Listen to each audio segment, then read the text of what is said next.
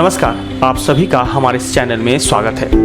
आज हम बात करते हैं हवा के बारे में, यानी कैसे चलती है हवा और कौन सी प्रक्रियाएं होती है इसके पीछे। हवा के चलने में तापमान और दबाव दोनों का ही योगदान होता है, लेकिन इसकी प्रक्रिया थोड़ी जटिल होती है। हवा कभी हमें अच्छी लगती है तो कई बार हमें यह बीमार तक कर सकती है।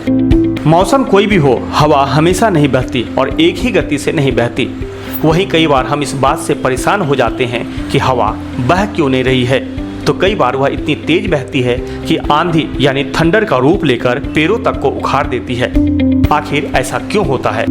हवा के बहने का कारण क्या होता है? आज हम यही जानने की कोशिश करेंगे कि हवा क्यों और कैसे बहती है। तो अभी तक आपने इस चैनल को सब्सक्राइब नहीं किए हैं तो अभी कर लें और घंटी के बटन को जरूर दबाएं ताकि अगले वीडियो की जानकारी आप तक आसानी से पहुंच सके। अणु और तापमान। हवा के बहने का कारण समझने के लिए हमें हवा में मौजूद अणुओं की गतिविधियों को समझना होगा।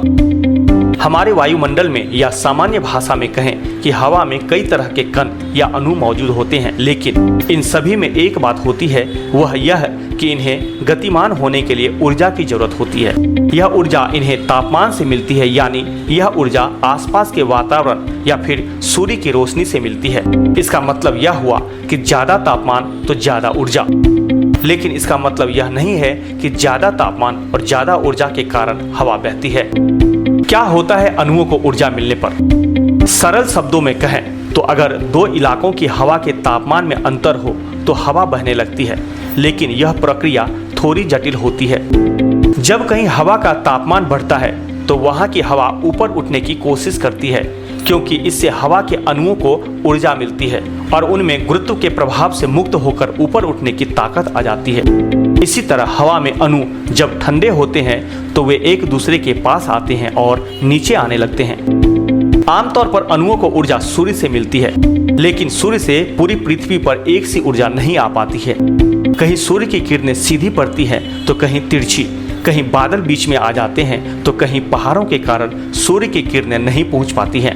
इसी वजह से धरती की सतह पर कहीं गर्म हवा तो कहीं ठंडी हवा के अलग अलग इलाके बन जाते हैं। तापमान का एक और कारक काम करता है, दबाव का। जैसे अलग अलग तापमान के इलाके बनते हैं, वैसे ही अलग अलग दबाव के भी इलाके बनते हैं। जब तापमान अधिक होता है तो हवा ऊपर उठती है और ऐसे में कम दबाव का क्षेत्र बन जाता है। यहाँ हवा ज्यादा फैली होती है, यहाँ पर ही हवा की भूमिका आती है।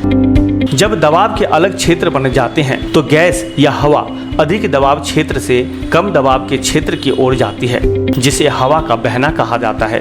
जितना ज्यादा दबाव का अंतर होगा उतनी ही ज्यादा तेज हवा बहेगी। इसी वजह से हवा कभी तेज तो कभी धीरे बहती है। मौसम भी बहाता है हवा। कभी कभी हवा बहुत ज्यादा गर्म हो जाती है और गर्मी के मौसम के कारण ऊपर भी नहीं उठ पाती है, ऐसे में वह लू की तरह बहती है। तो वहीं कई बार हवा बहुत ठंडी होने पर दूर दूर तक जाने लगती है, जो शीतलहर का रूप ले लेती है।